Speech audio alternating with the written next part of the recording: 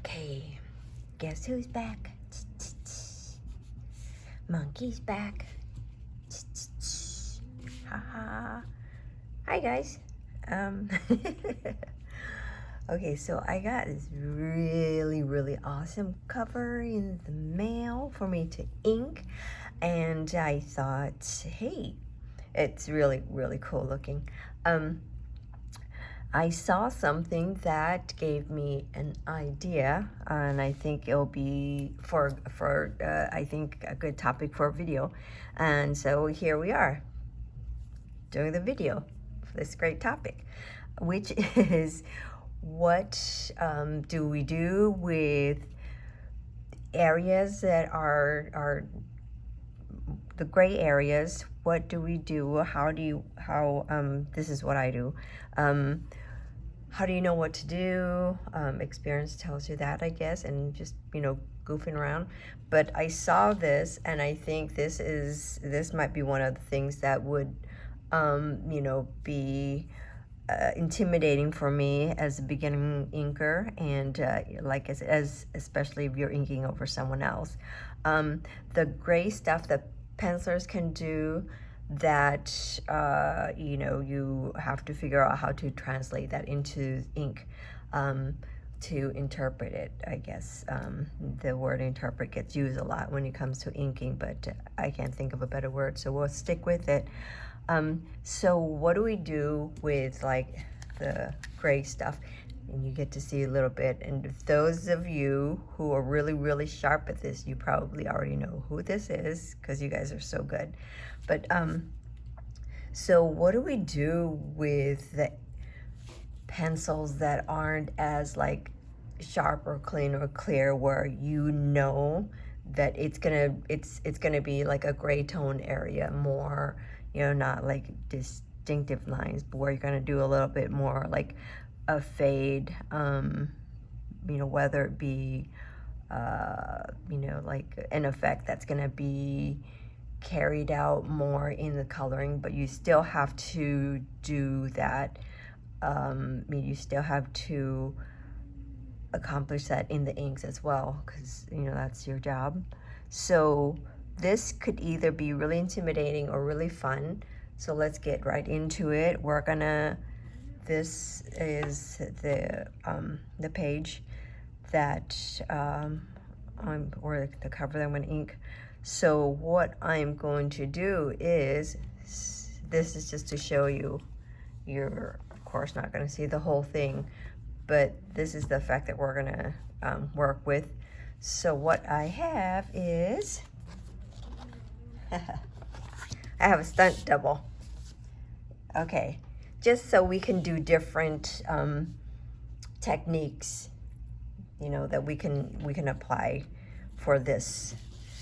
And this is just to play around, and it's a little bit bigger than the, you know, than the actual page. That's just for the video, so it'll be easier for you guys to see. So what do we do? Enough of me talking, blah blah. So here are some of, and I'm gonna try to do a few different ways of tackling this, and you know, on one piece. So it's gonna be different techniques that you can use. You can use them in combination, you can use them separately. It's on you to kind of figure out or play around with. So the first thing is that we see that it is not going to be solid black. At some point, like later in the page, it will fade into, I will probably do some solid, fade into some solid black, but it's mostly gray, light gray. It is 50 shades of gray. So what do we do? And you know, how do we know what the pencilers want? I think they just kind of suggested it. It says right there, it's going to be a little bit of lightness that goes into here. How do you know it's not just a smudge that happened in shipping? And I think that first of all, you make sure you look at the whole piece and see what's going on. That gives you a huge clue as to what it's supposed to be. And if you still don't know, if you're really unsure, I've said it before, talk to your penciler. What are you trying to do here? Let's see what we can you know, clear up if there's any confusion or if there's any question. So look at the whole piece and talk to your penciler, see if he has an input on, preference, or just giving you freedom to do your thing. So what we have is a little bit, it's gonna be, there's gonna be a little bit of pencil that fades, so it looks like it just more gray or black here. There's some lightness going here and some gray going up here, and same thing, it's like little lightness going into here, darker, and then a little bit that's gonna bleed into the white area. So these are stripes, obviously. So what do we do first? You can, if this is up to you, you can do the lines before or after. So they're definitely, let's see, there are definitely lines going there. So if you see where it's gonna have some white going into this, so you can do like broken lines if you like. Me and my old tools. So you can go ahead and do the lines. You can do this before or after, like I said, and fade it to where you're gonna make it lighter or whiter. So whether light or dust or mist or whatever it is, it's going to bleed into that. So you have your line supporting the effect that you're going to be putting down, you're going to be applying. So if it's better for you, it gives you a clear idea of where to the perimeters or of where your effects are going to be. You can go ahead and line it, break up the lines if you want, or you can come back with whites and just make it fade in, fade out. So if that helps you visually, you go lighter. So when you come back in to do your effect, that will help a lot. It kind of gives you a guideline, so you can break it up, leave gaps, or like I say, if it's easier for you, use your ruler and just line it all out and then come back and touch it up. But I kind of like to do it that way and leave the broken lines. So now you know. And as you work, the pencil will fade even more. So these lines might help a little bit in terms of keeping track of where the lighter parts are going to be and where the darker is going to bleed into the white. So these broken lines will kind of help to give you the visual guide for that. So what are the different ways that we can do this? I think a lot of the common techniques that your comic fans or art fans are familiar with, you've seen, let's see, the common ways of doing this is, you've seen washes, which is just ink plus water. And what you can do is you can start with like the dark, like the most concentrated ink. You can dip your brush in a little bit of ink and water, or you can mix it on the side. It's up to you. And you can kind of test out, like on the side, you can test out like to see if you want it darker or lighter. Obviously, if you want it darker, dip it in ink. If you want it lighter, dip it into more water. So it's like a watercolor, basically. So you can go and do your washes. So you can even start like with just a darker ink and then just pick up some water. And I apologize because I am using not great paper. So you can do, so it's gonna crinkle on us. So you can do washes. You can use a wash technique. And as I'm going, I'm gonna continue to just add water and just work from whatever ink I have here and just continue to add water and just follow my guide there. And if you find that you want even less ink, like if you want it to go to a lot more extreme lightness, you can just dab your brush and dab it and get more ink off of it. So now when you pick up more water, it's gonna be super light. And when it dries, it'll be super light. So you can, so that's one technique of doing like a little faded. Okay. And then here it's gonna get darker again. So you can just do your water, dip it in a little ink. And people do washes in a different way. You have whatever works for you, whatever's fun for you. I'd like to say that, you know, you don't need to follow any strict rules, because I think there needs to be some room to play in art, or a lot of room. The more room to play, the better, I think. You need to kind of have some fun with it. So sorry, the table's shaking too. So if you want to, of course, pick up some more ink if you want to make it a more dramatic of a fade. The only problem I find with doing ink washes is that, I don't know if it's a problem for anyone else who's doing traditional art, but I'm going to be a little sloppy, but it might be a little troublesome in the scanning process, because when you erase, when you clean, you might have some lead, you know, left behind, and I don't know if the scanners, if you're looking for a clean scan, or and then you have some, so you can do some more washes to fade that. My water is getting to be a little too dark now, so I want to get some fresh water, because if I want to make this fade some more, I want it to be mostly water, and just goes to, okay, yeah, as I was saying, the whole, I don't know how, I've tried doing washes in the scanning, it just doesn't, it's not very, I guess, scan friendly. If you're working digitally, I guess it wouldn't be a problem, but yeah, or I'm, you know, I don't really know how to scan it well. So, and also I don't know if that gives the colors, you know, any trouble when they're trying to, when they color. So that part I don't know about.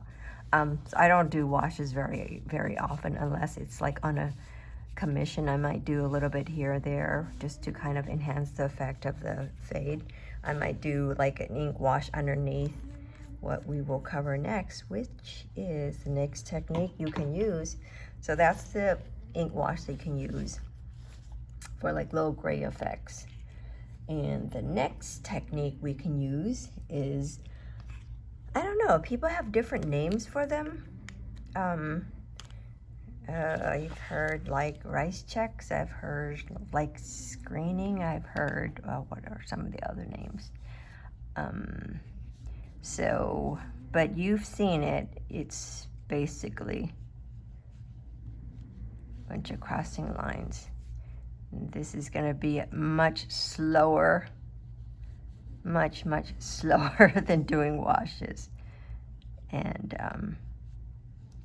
there are different ways of doing this. So you can do the, let's see, the perfect parallels, and then just to make it go faster, I'm just gonna do a small section, you guys. This is gonna be very slow. So you can do, and you can use your edge too if you want. You can do freehand just to kind of make it look a little less sterile, more fun, more organic, but then, you know, following the guide of the line above, they stay parallel. So, and here's another trick. If you're trying to do a bunch of parallel lines, keep your eyes on the line next to it rather than the one that you're actually drawing, because you have, yeah, it'll be a lot easier to stay parallel. So you can go, I'm doing it fast. Okay, So, and yep, so now you go cross, and you can do skip lines just to kind of make it so you can have that more of a faded effect.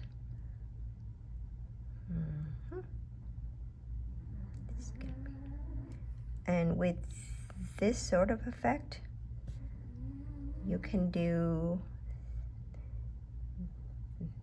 thicker, more solid lines as you go for more of a faded or darker.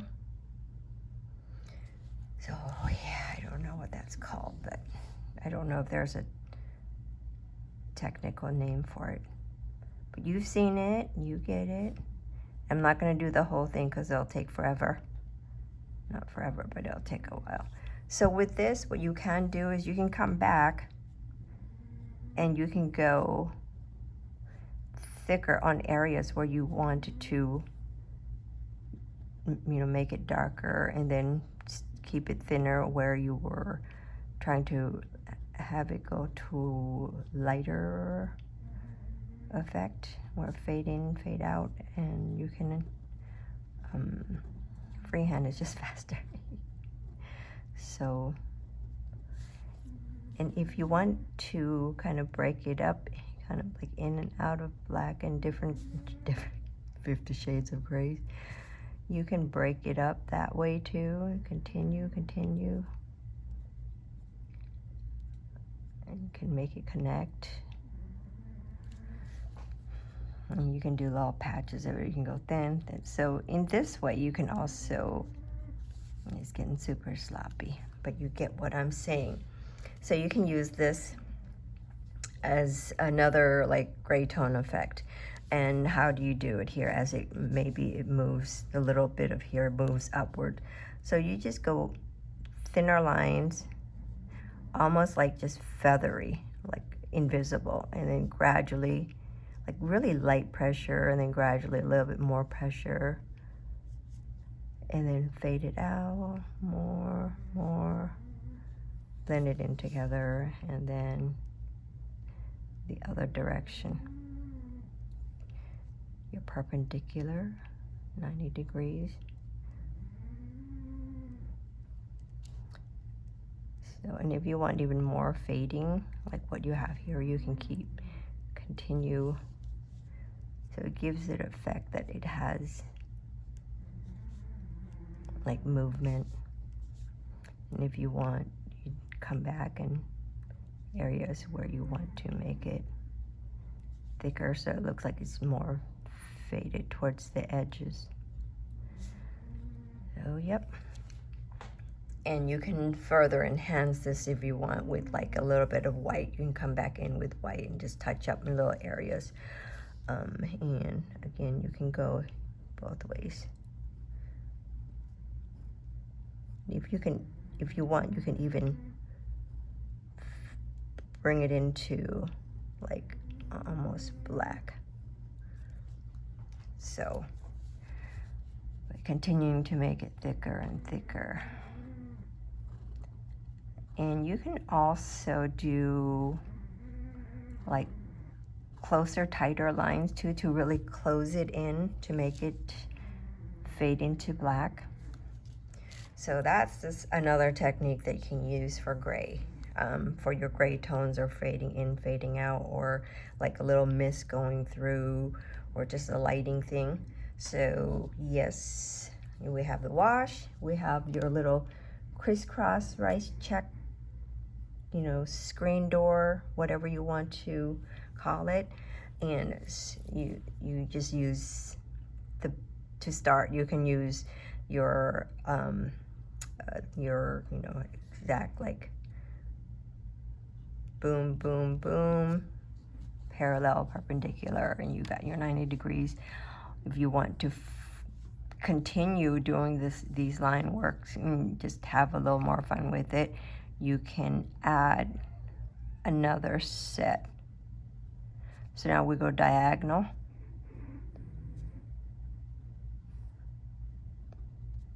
You can keep going and then fade it in, or or darken it in, and then gradually fade it out. So, and if you really want to keep going, now you go the other way. Go really light, feather light. You can go a little more heavy-handed as you wanted to get more into darker areas. Super heavy-handed, and gradually turn into more solid black if you want to. So okay, that's the second technique, and you can be crazy and you can keep going, and you can do a whole bunch that's like within too. So if you want to, you can do dun dun, have another dark area that's within that little area. So you can go as crazy as you like. The trick to these, just focus on one set of lines. It's almost like you have to filter out the sets of lines that you put down before, and all you're seeing are, like, if you're just working these, that's all that you're seeing. Everything else becomes invisible, and you have to, it's a mind training thing. Otherwise you're going to get confused and your lines are going to yeah, the trick of having these things work together is focus on one set at a time. You know, I think maybe for a beginner that's a good tip. If you've done it for a while, you can go crazy and do whatever, and your mind and your hands and your eyes will slowly work together that way. So okay, so that's the second technique. And the third, unfortunately, I do not have on me, you guys, because I've never used it. But Zipatone, you've heard about it, you've seen it. They're basically the like, they're clear sheets with little dots or, you know, patterns on them that will, you know, either be like one solid shade, or it'll be like a gradual fade in, or, you know, white and dark. So it comes already like pre-done, and you just adhere it to whatever areas you want and whatever patterns you want, and trim to whatever shape you need it.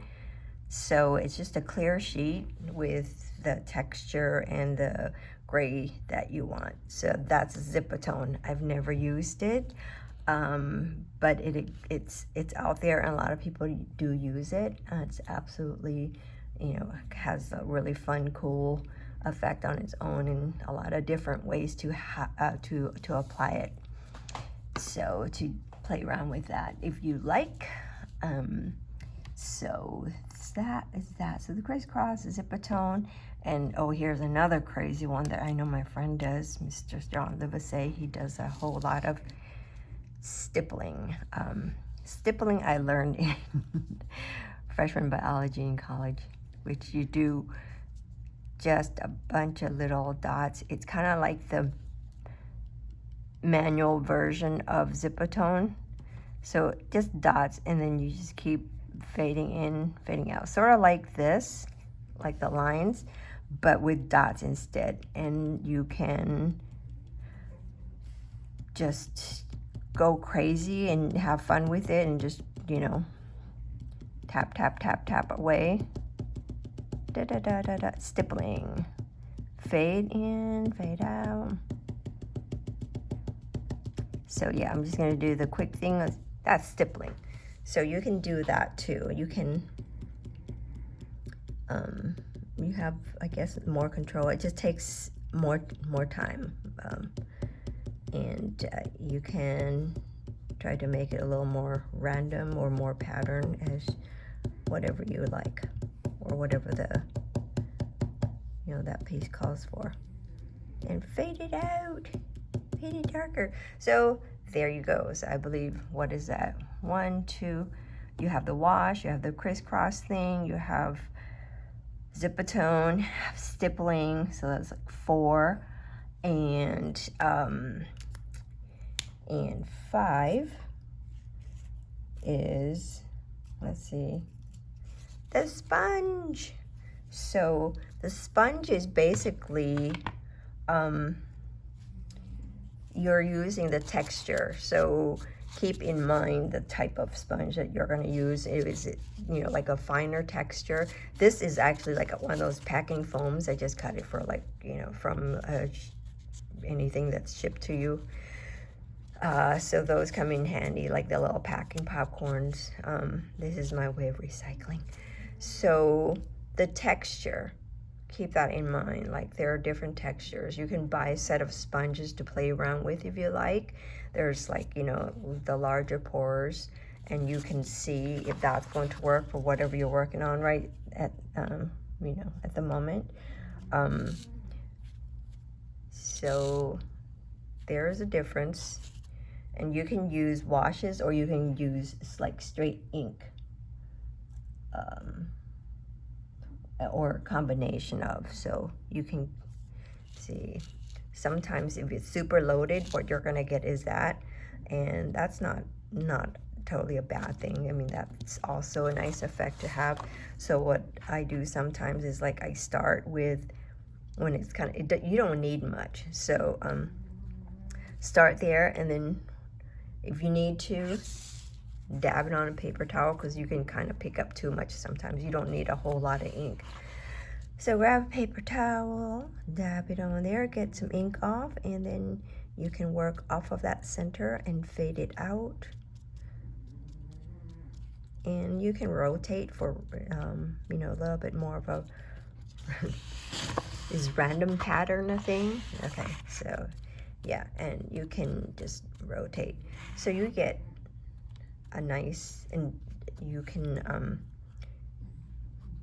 trim it down. So if you want to work with a smaller surface, you can do that too, if you don't want like a lot of it to get everywhere. And what you can also do, here's another thing, is masking. When you have like a larger sponge and you want to make sure your pattern is well behaved and stays exactly where it needs to be, I've taped it off. I've pre-taped it, so you can just go into it and not have worry about your, let's see, having to keep it clean. You've already like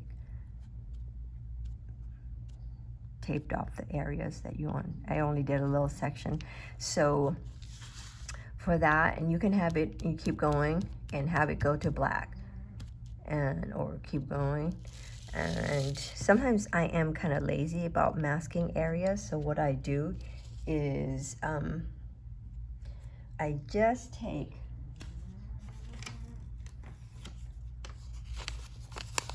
just take another Post-it note, and as I go, just move it along. But you just have to be careful. If you have like a really wet area, you can like pick that up and just, you know, smear it. So just be mindful. And so now we have a little bit of gray that moves outside the line here. So maybe it's like a little mist, you said. So you just go lighter, lighter, lighter, lighter, and just almost like, you know, airy, invisible, faded out. And if you want this to be darker, so you see more of that distinction, it's more defined, because this is like line area. So yep, mask it, dun, dun, dun. And fade it out. And I'm just gonna take off the mask for fun. So nice, clean, sharp edges that you didn't have to worry about. So there you go. So there is the sponge technique, and that comes in handy if you really want kind of like cool texture area. It could be cloth, could be stone, could be whatever, and you use different types of, you know, sponges with different let's see, the fineness and the texture of the sponge will give you. So I did the big sponge here, so let's do this little packing guy, which has a lot smaller, I don't know, I'll just call them cells. I don't know what else to call them. Pores. I like cells better than pores. So you can test and see what So if I'm not sure, like I'll just dab it in, I'll just dip in my ink and just do that on paper towel. And see, it's like it's finer. It's a little bit finer. So if that's more what you want, and it will be like a finer mist. It's fine. Okay, so finer mist and lighter. And keep tapping, tapping, tappy, tappy. Tap, tap, tap. So I feel like this is more like rocks or concrete. I don't know. Yeah, so the fun with sponges is that they all come in like very different textures, and you can do that. You can also pull it, you know, for streaks and stuff too. So that's another fun effect you can do with it. You can use it for speed lines if you want to. So fun with sponges, or like, I don't know, grass, trees. So more playing around. So what is that? 1, 2, 3, 4 with the five techniques of doing five techniques of doing gray tones so far. And what else do we do? What you can, oh yes, another is, I just thought of it, of course, is the classic toothbrush. And this, you probably want to make sure you, and this is, I just have paper taped down, but this is where you probably want to make sure you mask, because unless you're like super, let's see, experienced in terms of like really mastering where like the density and the direction of your sponge, I mean not sponge, toothbrush, and the little spatter. So you can use that too for your gray tone. Like I said, it gets, you know, it gets really, this one you have a lot less control, but you can mask it off just like you would here. That way you don't have to worry about it. So I'm just doing it right here where the tape is, so you can see, like you can still do like black area. And you've seen me do this before, where if you want, you can tap it to really like soften or give it like more of like little chunkier areas. So you can do that. So that's another way of handling gray tones. And the more controlled, less controlled. And you can, okay, once I take the tape off, there you have your sharp, clean edges. So you can use a toothbrush for this technique. Just make sure you're masking it well. Either that, or you're gonna have to do cleanup with whites, and you can do that too, and that'll add like a nice effect. But if you want like a clean, sharp edge without like having a ton of white out on there, then masking would be a good idea. So there we go. This is just another session of what, you know, to do with like gray areas and or like misty areas or things. Like sometimes, you know, light will hit certain things, or sometimes there's explosions and there's mist of cloud that goes up, or like particles, you know, like scatter or whatever. Just different effects that you can play around with using gray tone. And I think that the most important thing is to make sure you look at the full page and see what's going on. That will give you a clearer idea of how to approach it. Talk to your pencilers, and also make sure the scale of what you're doing here matches up with the rest of the page. Like if you're going to do like a gray effect, and it's going to be like a crowd of people down here, like for example, like the you can have a figure that is like this small, and you have texture that's this big, does that, I mean, is it going to work with the rest of the page? You know, the contents of the page.